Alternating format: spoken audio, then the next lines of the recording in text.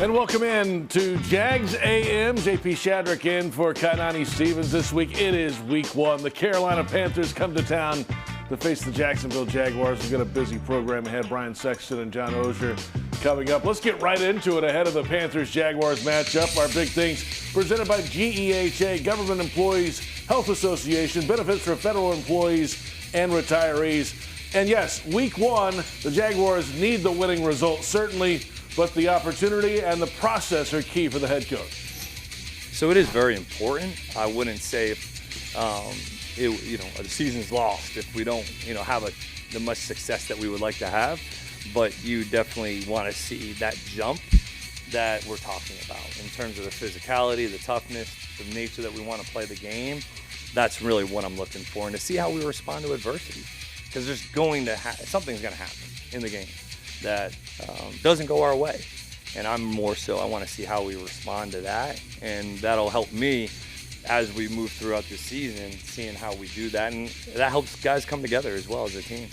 Brian, of course, that has been a hallmark of the Jaguars over the last couple of years. Adversity, they didn't handle it very well. No. First opportunity to see it this Sunday. Well, Chicky, since the midway point of the 2023 season, it's been more adverse than not. And we've seen enough slow starts around here. The Jaguars have only won 2 of their last 5 opening days, and they've only won 4 of their last 10. So when you've got a new coach with a new regime and a completely different approach, you'd like some success early, especially, John, when you consider that there are the Bengals, the Texans, and the Niners coming up in the first month of the season. You never want to say first game is a must win, but this is a big one. Yeah, unfortunately, those numbers you just gave mean they're better in week one than they have been for most of the regular seasons lately. Look, I loved Liam's answer in this. You can't, in the NFL, put everything on week one. I think they have a good chance to win. I think if they play well, they will win. But for Liam, I liked that he's looking for certain things. I think he's looking for physicality defensively, how they respond, how they play. If it looks like what he wants it to look like and they have a bad break at the end and they lose, it's not the end of the world. But I think he wants to see the Liam Coen team start to look like a Liam Coen team. Now remember, guys, week one of 2020, they won the football game and then lost the next 15 in a row to end the regular season. Let's hope that's not the case, certainly, this season. Big thing number 2, setting the tone. And we're talking about the quarterback, Trevor Lawrence. It's year 5 in the NFL, and he needs to take a step. That'll be really important for Trevor, especially in a week one, where you don't know what you're going to get, right? We have an idea. You can go off the tape and the stats and all that. It gets thrown out the window at times, especially in week one. So it'll be very important for him to be able to live in that gray. Man, this isn't exactly what we were hunting up. How can we continue to find a completion and take care of the football? All right, another new offense, John, for Trevor Lawrence, his 3rd now in 5 seasons. Yeah, again, I like this answer because as we've listened to Liam talk more and more about quarterbacking and about Trevor, he talks more about that time in the gray. It feels like they believe that they can set up this offense to where it can run well, to where when there are clear reads, that there are going to be times where they can get play out of the quarterback position no matter who's there. Trevor's task is to continue developing in the offense and get to that point where in the gray, Brian, is when things break down. In the gray is when good quarterbacks can become great. It's when you pay elite guys. In the gray is everything, and I think that's going to be a huge theme this year, how he responds when everything's not set up perfectly. I don't know what to expect, but that's the storyline. Well, listen, we saw 3 series from him in the month of August, and while he didn't show mastery, he showed an understanding and a different, I don't know how to say this, a different level of play, right? It looked to me, John, and we've talked about the New Orleans game, there were those 2 third down throws on that initial series where he climbed the ladder of the pocket, and instead of running, which is something he would do, man, he just threaded the ball to the tight end on both of them, Brenton Strange. So there seems, JP, to be a different level of comprehension or mastery or whatever word you choose when you talk about where Trevor Lawrence is at this point. And then there's this, and this is not as easy to put a finger on. I talked to him the Friday before the Dolphins game, and just asked him about his perspective. He stood there and talked about, well, it's new, it's good. After Doug Peterson came in, and now after Liam Coen came in, and I asked him about the opportunity for him to step into this role and to be the guy that Liam Coen said he wants. And he said that Liam has opened all the doors for him to be the leader that this team says it wants. Now it's up for him to go and take it. You got to go step through that threshold, though, and get this team going in the right direction. It'll help when Travis Hunter's on the field. The daily Travis Hunter update. This from James Gladstone, though. Yeah, he's going to be on the practice field. He was on the practice field last week. But it could be week to week to determine how much he's used on offense and or defense. And also there's a competitive advantage to not knowing what side of ball he's going to be deployed on fully, if that's half, if that's a mixture. All those sorts of things can vary from one week to the next, and I think the fact that exists is certainly a hand that we'll keep close. Yeah, we'll see what happens week to week, Brian, on this one, but the matchup will come into play.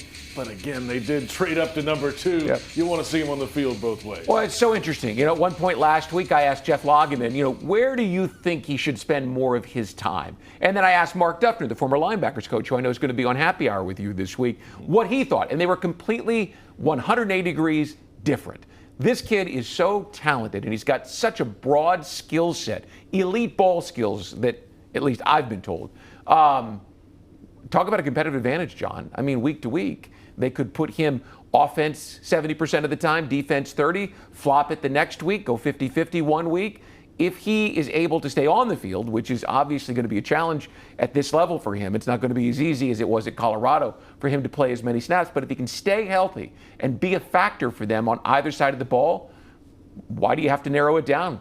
Just let it go. I think he's going to play as a starter whenever they're in situations where a slot receiver can be on the field on offense. And then on defense, that's what I'm not sure about. I think he will be better initially on defense. You may not see it, though, because where he's great on defense is anticipating the ball and going and making a play on it. To me, I don't care how much Travis Hunter does or doesn't play. I think the measure will be impact plays in big moments, which has been a problem for this team in recent years. If he makes 4 or 5 plays this year, JP, that tilt scores, he can play just those 4 or 5 plays as far as I'm concerned, because right. It's about impact, and this team hasn't had big plays in big moments enough in recent years. If he's that, he's a success. And just one more point on him. We talked about Trevor Lawrence. Trevor has Brian Thomas Jr., who is, I think, one of the best, if not the best player on this team. Now he's got Travis Hunter, right? And a better offensive line. When you start putting the pieces around Trevor like Hunter, and you want to start measuring Trevor's success, Hunter's going to play a big role in that too.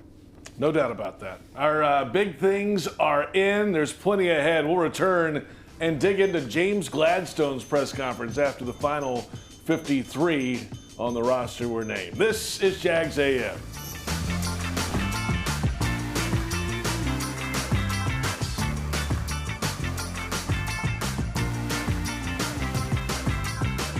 Since 2014, there's been only one official home builder of the Jaguars, Dreamfinders Homes. With quality-built homes and a speedy move-in process, we're in 20-plus communities in the best locations across Northeast Florida.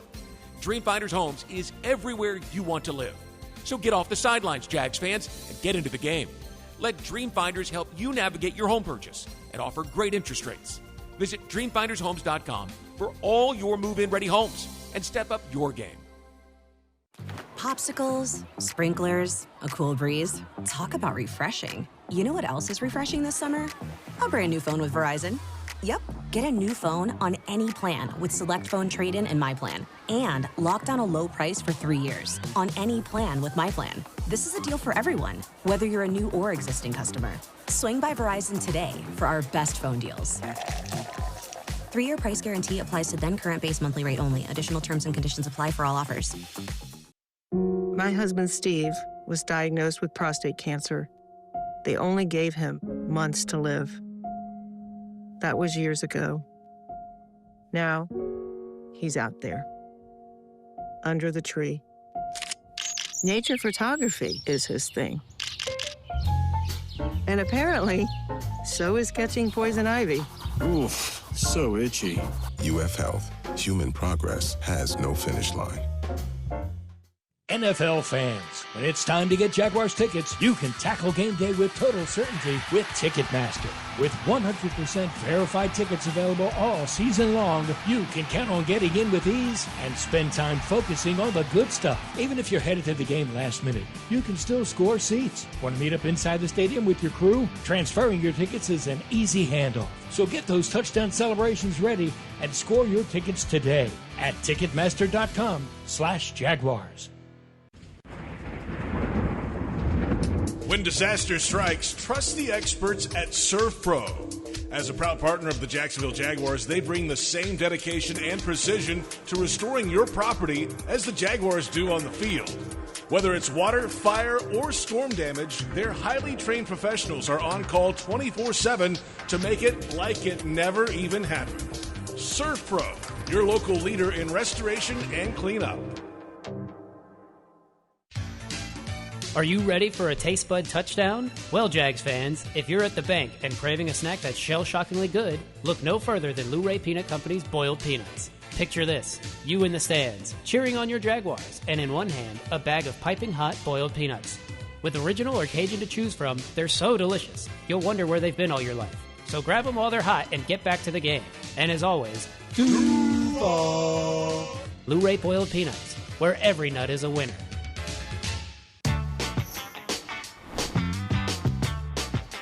Welcome back to Jags A.M. And for 12 years, Dreamfinders Homes has been proud to call themselves the official home builder of the Jacksonville Jaguars.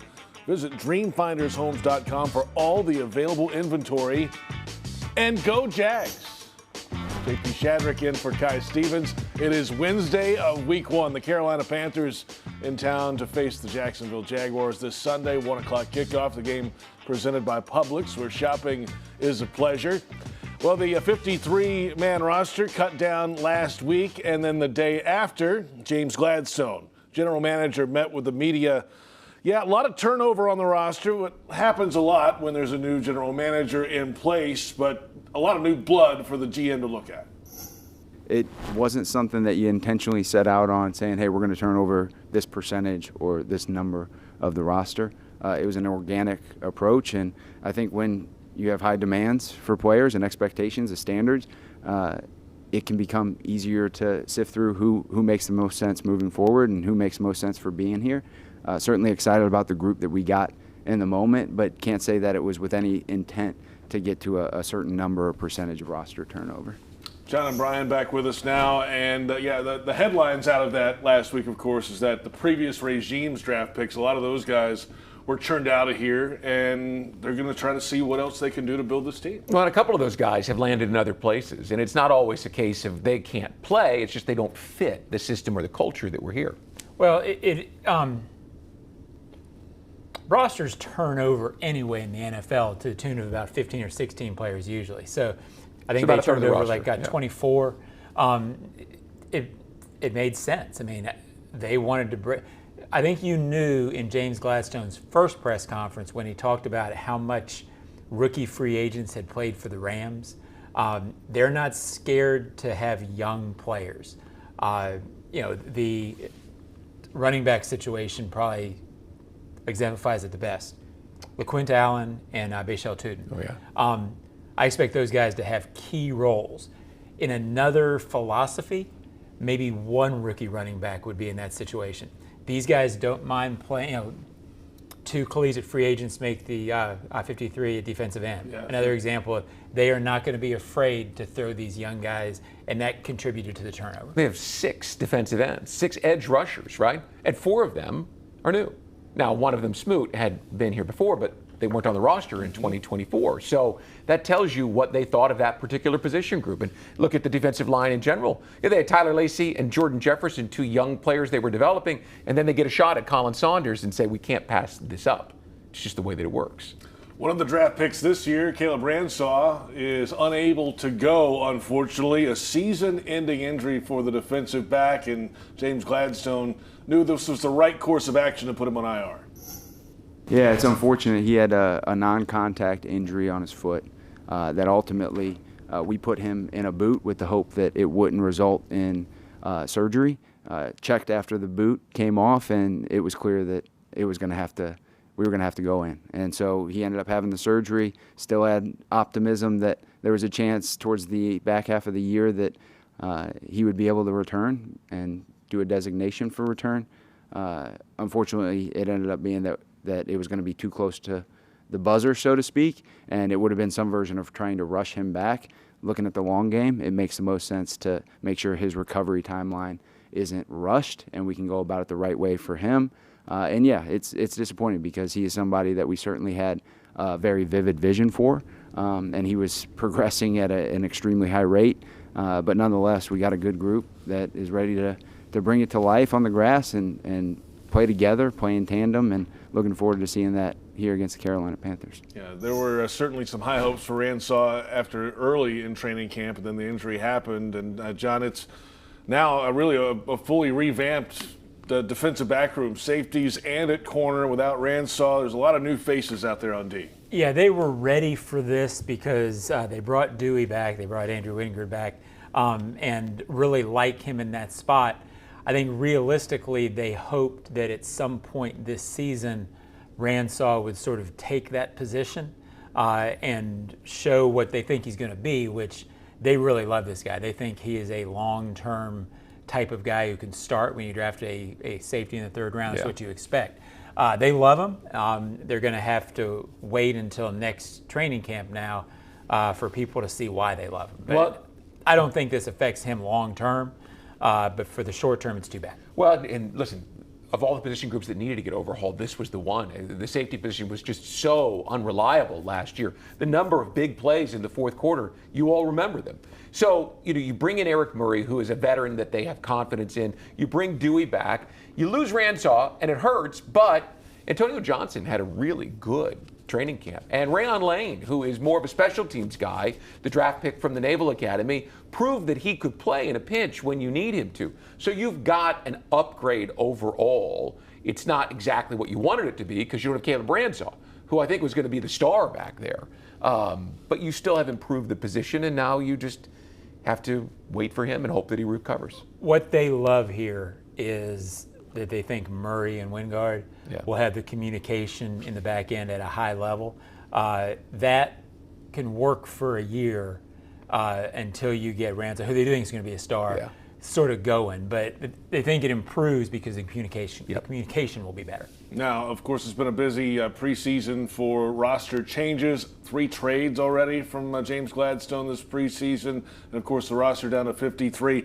It will never end, though. That evolution continues throughout the year. Good teams can be built throughout the course of an offseason, right? I think the great teams continue to evolve throughout the course of a season. So to say whether or not we're at the spot where I thought we'd be, I can't point to it right now. What I can say is we won't stop. And stagnation is never going to be something that you see from us. So I look forward to still what lies in front of us and know the job's not even close to done. He's going to be bold when he needs to be. He's proven that already this offseason. And game on. We'll see if this roster changes and how much week to week, but they'll always be out there trying to churn it. Yeah, to be honest with you, I'm not sure where you'd go and look exactly right now and say, well, that's absolutely a weak spot. They improved the offensive line. They improved the defensive line. We just talked about the secondary. Wide receiver with the investment in De'Ami Brown and Travis Hunter. The running backs, the 2 that they drafted that you've talked so much about, Tootin and LaQuint Allen. I suppose if there was a big play linebacker, somebody that they really wanted that could fit into Camp's defense, perhaps. But at this point, they're just looking. Well, they've done the addressing. I mean, clearly when you trade or acquire 2 defensive tackles during training camp, they believed that was an area that needed addressing. I don't think in the long run you will see this sort of training camp trade activity from James Gladstone, but they had to get into training camp to see sort of what they've got. And once they did, they made some moves that they think they needed to make. Ideally, you wouldn't be making them, but when you're first taking over a regime, you have to figure out what there is, and then figure out where you need to short-term get yourself better so that you can start developing in the long term. And then you got to roll the ball out and play. Yeah, and see what you have exactly. at some point, and that's what's going to happen this Sunday at 1 o'clock when the Carolina Panthers come to town to face the Jacksonville Jaguars. We'll return in a moment, and we'll dig into the AFC South. A lot of changes in the division this year. We'll break each team down when we return on Jags A.M.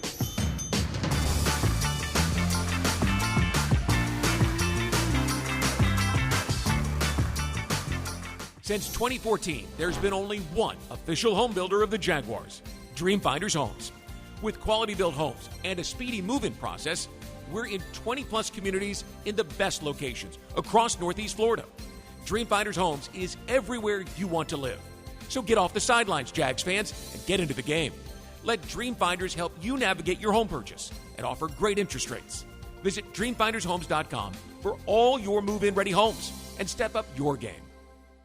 The moment you drop off donations at a North Florida Goodwill, your things start new lives. A donated jersey helps someone suit up for success through education and training. A pair of old cleats helps a job seeker step confidently into new career opportunities. Every donation fuels Goodwill's mission to provide education, training, and career opportunities, removing barriers to employment and building brighter futures across our community. To find your nearest donation center and learn more, visit GoodwillNorthFL.org. Goodwill, where your things start new lives.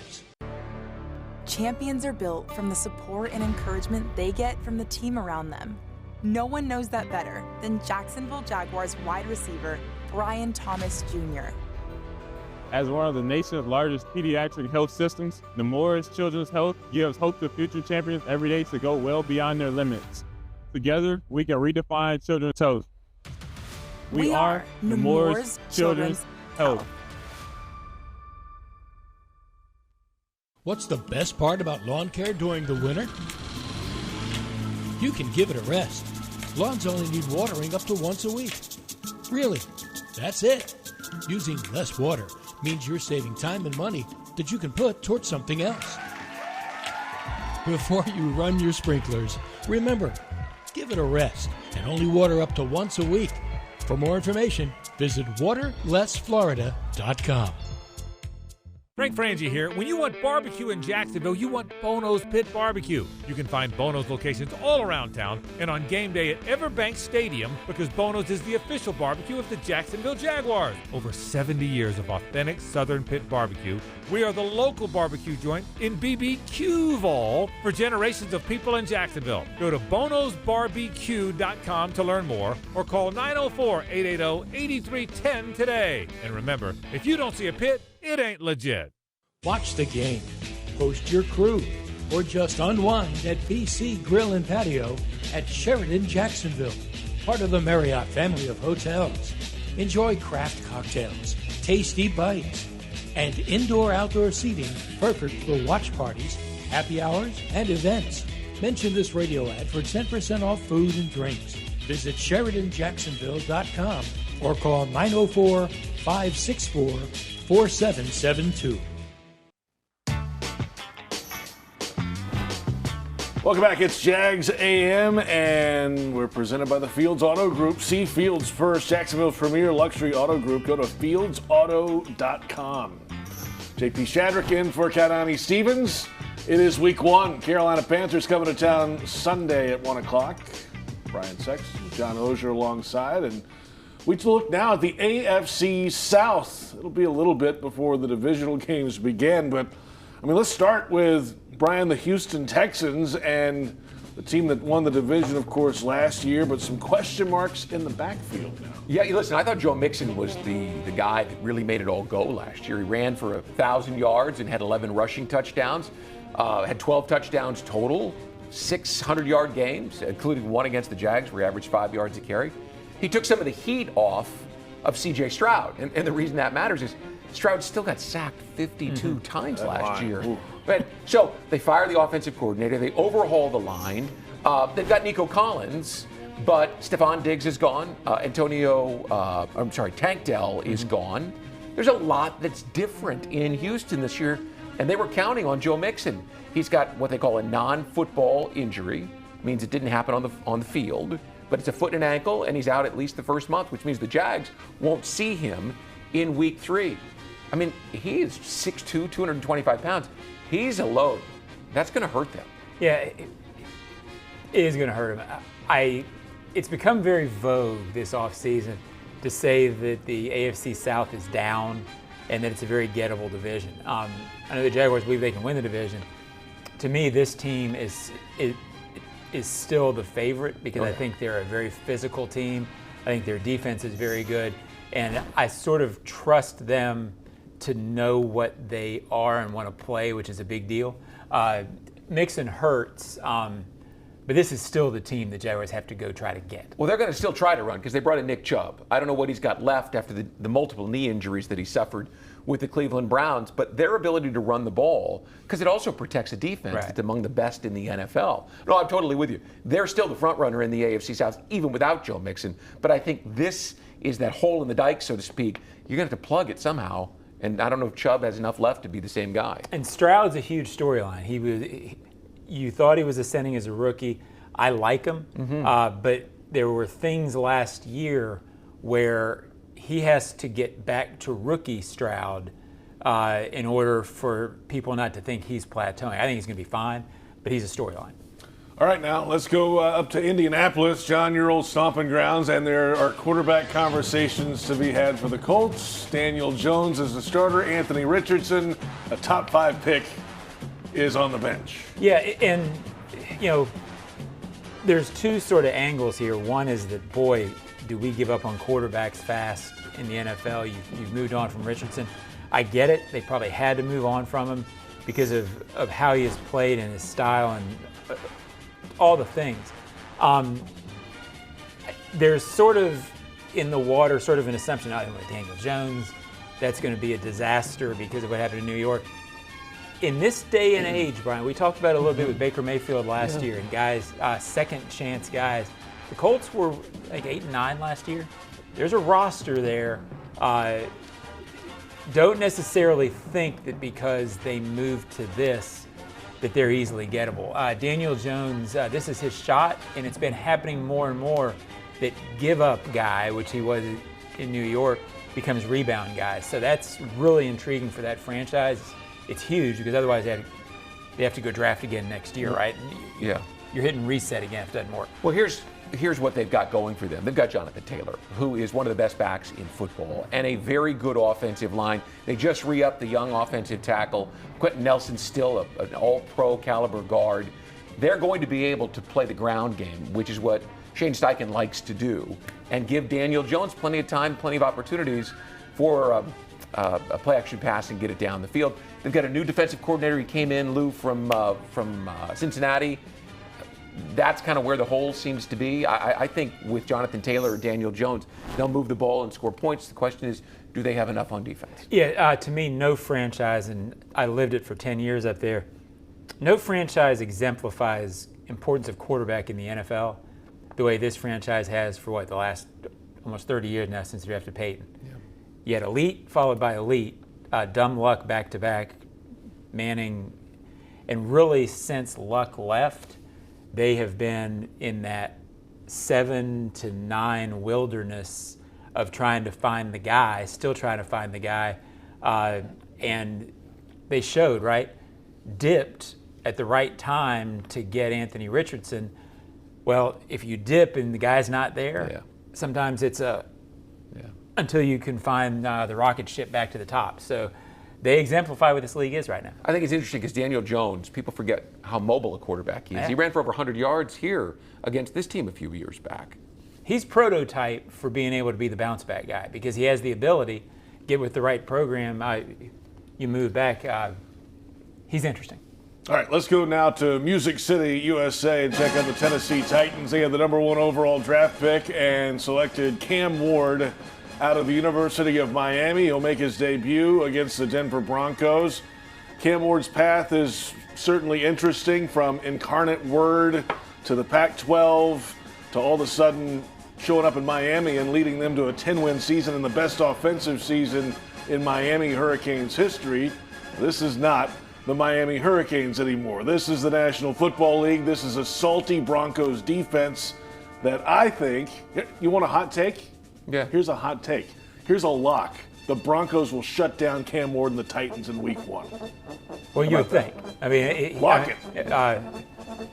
I'm locking anything, but sorry, I forgot it's not Happy Hour Monday. We don't lock on here. Here the Titans are as, you know, it seems like every year there's 2 or 3 franchises draft early, throw the guy in, and sort of see where it goes. We were there, in 21. Yeah. You know, he's the only storyline that matters in Tennessee this year. Throwing him in against the Broncos is something the Titans, most franchises feel like they have to do that now. Usually I think there's 3 or 4 weeks where no matter who you are, you're just lost. So you would anticipate him being lost, although I think he's going to be a good player. Yeah, I do too. It's year 2 of their transition, right? I mean, they were the last caveman football team. They clubbed you with Derrick Henry over and over and over, and that allowed whoever was playing quarterback to have a chance to breathe and throw the ball downfield. Now they're going to a modern offensive system that's quarterback-centric, and they're now in the first year with Cam Ward, giving him his opportunity, and they've got to build a team around him. I keep hearing that they like their offensive line. Right, they spent a lot of money on the left tackle they brought in from Pittsburgh. They drafted the kid from Alabama, who's the right tackle. So if they've got the offensive line right, they might be something to contend with this year. I mean, not contending for the division title, but they might give you everything they've got on a given Sunday afternoon. And it's interesting what teams are doing a little bit. The Bears did it last year a little bit when they drafted Caleb Williams. You know, sometimes that first overall pick as a quarterback, it's first-year head coach, everything's sort of starting. With the Titans, it's not that. It's second-year head coach with rookie quarterback. What that does to the clocks as you move on, how you're judged, is interesting because you know the head coach will be judged based on 2 years, quarterback 1. Just an interesting dynamic going on around the league right now. Well, don't forget they changed general managers too. Right. So, I mean, they've changed a lot there, not just the quarterback. That's an interesting story to see as they kind of figure out who they are. Lock it. Broncos over the Titans. How about that? A lot of confidence in that seat. Jaguars sweep them as well. We'll come back in a moment. Jaguars have named their captains for 2025. We'll break it down after this on Jags A.M.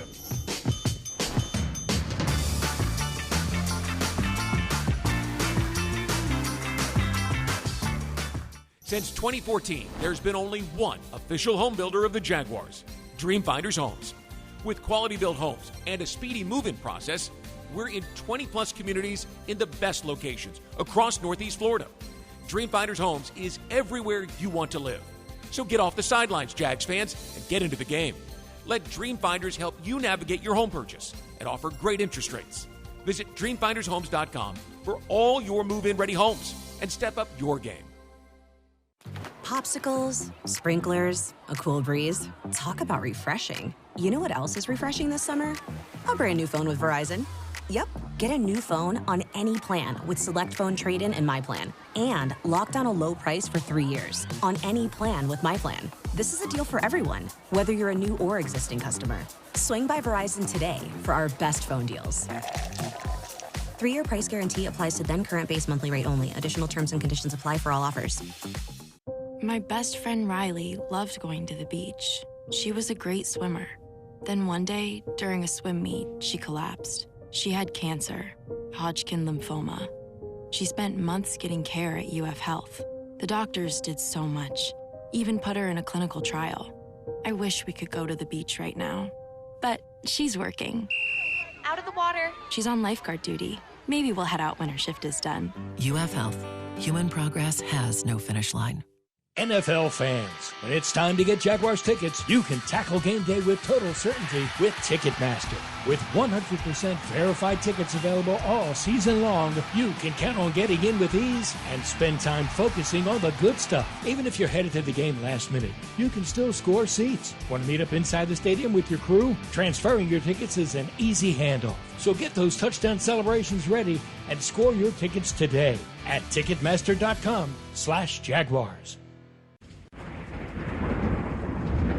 When disaster strikes, trust the experts at ServPro. As a proud partner of the Jacksonville Jaguars, they bring the same dedication and precision to restoring your property as the Jaguars do on the field. Whether it's water, fire, or storm damage, their highly trained professionals are on call 24/7 to make it like it never even happened. Surf Pro, your local leader in restoration and cleanup. Are you ready for a taste bud touchdown? Well, Jags fans, if you're at the bank and craving a snack that's shell-shockingly good, look no further than Luray Peanut Company's boiled peanuts. Picture this, you in the stands, cheering on your Jaguars, and in one hand, a bag of piping hot boiled peanuts. With original or Cajun to choose from, they're so delicious, you'll wonder where they've been all your life. So grab them while they're hot and get back to the game. And as always, Duval! Luray boiled peanuts, where every nut is a winner. Jags fans want customized Jags furniture for your home? Check out zipchair.com and browse all customizable options. ZipChair, furniture for fans. Welcome back, Jags A.M. Oh yeah, and this game this Sunday is presented by Publix, where shopping is a pleasure. Craving a chicken tender sub right about now on Jags A.M. Glad you're with us. JP Shadrick in for Kai Stevens. Our final moments here with Brian Sexton and John Oesher. The Jaguars have announced their captains for 2025, first year under head coach Liam Coen. And here are the results. Trevor Lawrence, Robert Hainsey on offense, Foye Oluokun, Josh Hines-Allen on defense, Jordan Lewis as well, and Logan Cook, special teams, the punter. There you have it, gentlemen, the captain. Lewis is the story to me among the captains, not that he doesn't belong, but that he clearly does. He just got here in free agency, and it wasn't like he was this high-profile superstar corner. He was really good in Dallas, but here he's been a superstar. Through the course of August, he's been a guy who's made play after play after play and taken a secondary John that last year finished the season limping into January, right? And turned their perspective around. They're a much more confident bunch than they may have a right to deserve to be at this point. Well, and he's important because Eric Murray and Wingard are veteran guys at safety. At corner, it's good for them to have Lewis bringing Hunter, even Jarian Jones along a little bit. It's a young room. You need those two guys to be good. I'll talk about Hainsey and Lewis. Over a 10-year period, you don't have a lot of UFAs who come in and be captains, except when you're doing a regime change. So this felt very logical to me. You have a team that's installing a new culture when you go a new direction. The offensive line clearly needs that. The secondary clearly needed that. You have two captains, two veteran guys as leaders. Makes sense to have, 33% of your captains as new when you are going in a new direction. So those two guys deserve it, and good for the six captains. It's a big deal to players when they're a captain, or it should be. Yeah. Game week is here. That means, John, you and I will be back doing this again this afternoon with Huddle Up with Bucky Brooks. Yes, we will. 4 o'clock today. Yeah, whether we want to or not. Jaguars.com. Yeah. It's a free website. Jags YouTube as well. And, of course, we'll be back here tomorrow. Hopefully Kai back in Thursday morning for Jags A.M. Thanks to our entire crew. Thanks to you for watching. For Brian and John, I'm JP Shadrick, and it's Jags A.M.